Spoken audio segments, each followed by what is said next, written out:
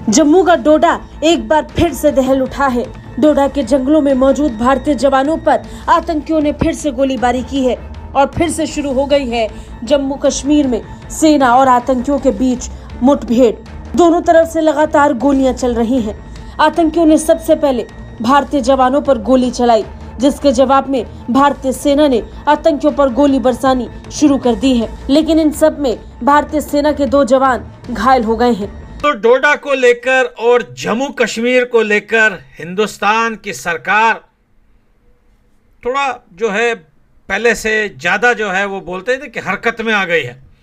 मेरे ख्याल से आने वाले कुछ दिन, गौर से सुनिए, आने वाले कुछ दिन जो है वो उन लोगों के लिए काफी ज्यादा खतरनाक होने वाले हैं जो कश्मीर में आकर जो दहशतगर्दियां करते हैं या वहां पर छुपे हुए हैं। भारत में विशेष तौर पर कश्मीर हो या बाकी के मुस्लिम बहुल इलाके हों, जबरदस्त तरीके से नववर्ष हमको मनाते हुए दिखा। सबने जबरदस्त तरीके से पार्टी किया, एंजॉय किया, सबका फायदा हुआ। जब टूरिज्म बढ़ता है, जब कश्मीर में लोग जाएंगे तो वहाँ के जो मुस्लिम लोग हैं उनसे उनके होटलों में रुकेंगे, उनके यहाँ से खाना खाएंगे, उनके यहाँ से दुकानों से सामान खरीदेंगे, उनकी गाड़ियाँ बुक करेंगे, उनका सब कुछ करेंगे। सिर्फ कश्मीर में क्यों, भारत में आप कहीं भी चले जाइए, आपको दिखेगा कि जो टूरिज्म इंडस्ट्री, आप जयपुर जाओ, आप भोपाल जाओ, आप दिल्ली जाओ, कहीं भी जाओ, जो आपको घुमाने फिराने वाले टूरिज्म इंडस्ट्री सब कुछ में एक दिखेगा कि हाँ बहुत अच्छी खासी, बल्कि जो 18-20% आबादी है उनका 18-20% की आपको दावेदारी दिखेगी। वहाँ पे 35-40% आपको नजर आएंगे कि जो पूरी ट्रेवलर जो टूरिज्म इकोनॉमी उसमें जो इन्वॉल्व लोग हैं वो ज्यादातर एक कम्युनिटी विशेष के हैं। इसके बाद भी यदि पाकिस्तान ऐसी बात करे, दुनिया में ऐसी बातें उठे कि भाई यहाँ तो कश्मीर में लोग दबाए जा रहे हैं, यहाँ कुचले जा रहे हैं, ये हो गया वो हो गया, इसने दबा दिया उसने, तो वो सब की बातें फिजूल होती हुई हमको नजर आती है। और यहाँ पर भी पाकिस्तान का मुंह काला हुआ है।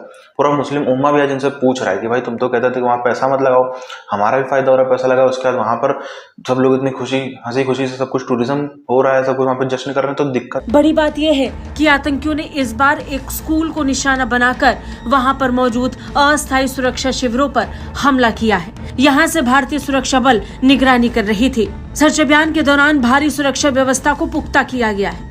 अलग अलग जगह पर सेना के जवान मौजूद हैं। हर पल आतंकियों पर नजर बनाए हुए हैं और इसी बीच घात लगाकर आतंकियों ने अस्थायी सुरक्षा शिविर पर गोलियां बरसानी शुरू कर दी, जिसमें 2 जवान घायल हो गए। जवाब में सेना की तरफ से भी गोलीबारी शुरू की गई। ताबड़तोड़ एक्शन लगातार जारी है। भारतीय सेना इसे लेकर गुस्से में है और बड़े पैमाने पर डोडा के जंगलों को घेर लिया है। आतंकियों के लिए बाहर निकलने का कोई रास्ता नहीं है। अपने आप को घिरा हुआ देखकर आतंकी बौखला गए हैं और बौखलाए आतंकियों ने अब गोलीबारी करनी शुरू कर दी है।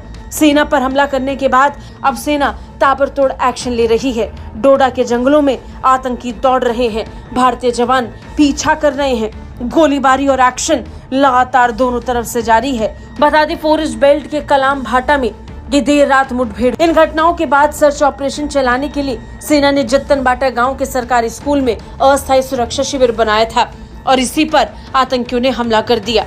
बता दें, 2005 में ही डोडा को आतंकवाद मुक्त घोषित कर दिया गया था, लेकिन एक बार फिर डोडा में आतंकवादी अपनी मौजूदगी दर्ज करा रहे हैं। लेकिन ये ज्यादा दिन तक नहीं रहेगा।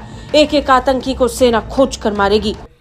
नरेंद्र मोदी जी से और सरकार से मांग कर रही है कि आखिर कब तक ऐसा चलेगा और कब तक हम इसको ऐसे ही बर्दाश्त करते रहेंगे। आखिर हम लोग एक्शन क्यों नहीं लेते। ये बड़ी अच्छी बात है दोस्तों। पहले अपोजिशन पार्टी को लेकर सरकार थोड़ी मुश्किल में पड़ती थी जब ऐसी कोई घटना होती थी, तो भाई देश के अंदर जो पॉलिटिकल इशू थे उसमें काफ़ी ज़्यादा बहुत सारी ऐसी बातें होती थी कि सरकार के हाथ जो होते थे वो बंधे हुए होते थे। तक मैं देख रहा हूँ, मैं पढ़ रहा हूँ, मैं जितने आर्टिकल्स पढ़े हैं, जितने न्यूज़ पढ़े हैं, जो सब कुछ अभी मैंने पढ़ा है ना, आने वाले कुछ दिन जो है मेरे ख्याल से पड़ोसियों के लिए एक बहुत बड़ा सरप्राइज होगा और बहुत बड़ा सरप्राइज जो है उनको दिया जाएगा। ये बात सिर्फ कहने की नहीं थी कि घुस के मारेंगे, ये करके भी दिखाया था कई बार पिछले ये रिसेंटली कई सालों में हिंदुस्तान ने किया भी है। लेकिन इस बार जो सरप्राइज मिलेगा पाकिस्तान को, ये थोड़ा अलग टाइप का होगा। मेरे ख्याल से पाकिस्तान के लिए बड़े खतरनाक साबित हो सकते हैं।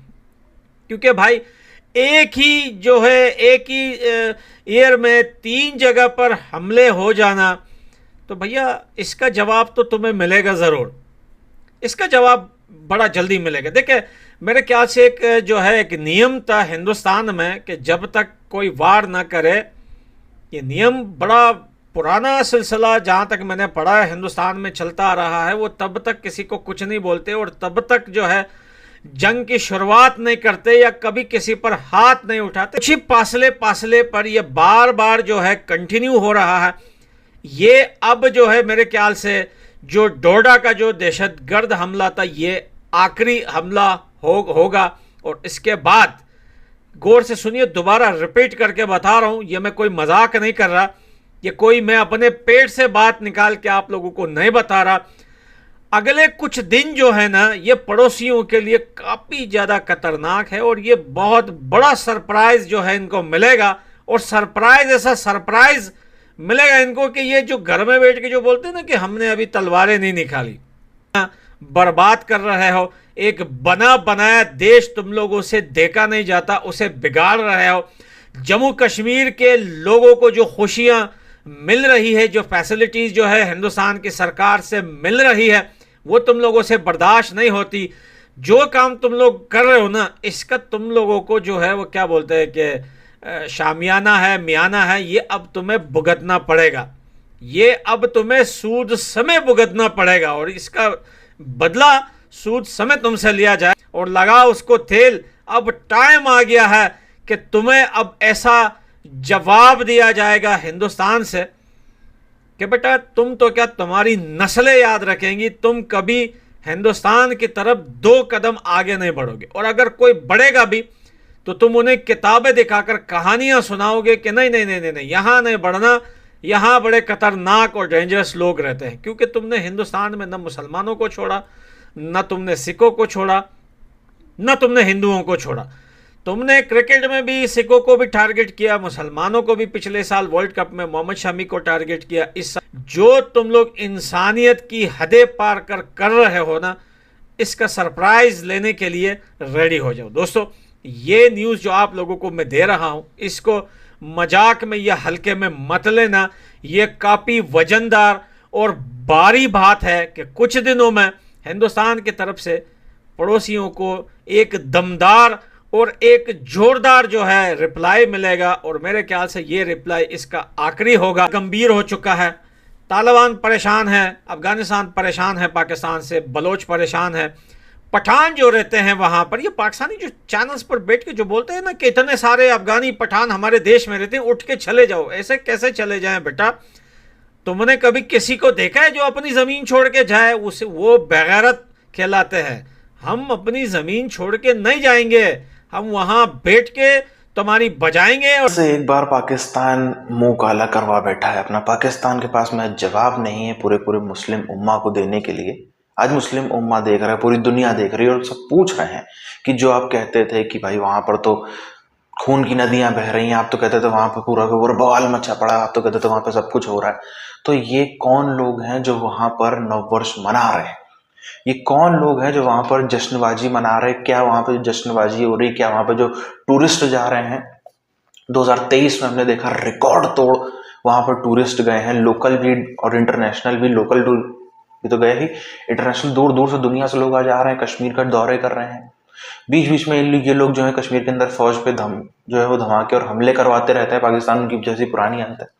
मगर इन सब के बाद भी वहां पर जाएंगे लोग, सब कुछ करेंगे, इससे फायदा किसका होगा? जो डल लेक पे नाव में घूमते हैं वो लोग कौन है? जो वहां पे जिनकी दुकानों से लोग सामान खरीदते हैं, जिनके होटलों में रुकते हैं, जिनका सब कुछ करते हैं, आखिर वो लोग कश्मीरी नहीं है तो फिर कौन है? ये आज पूरी दुनिया सवाल पूछ रही है।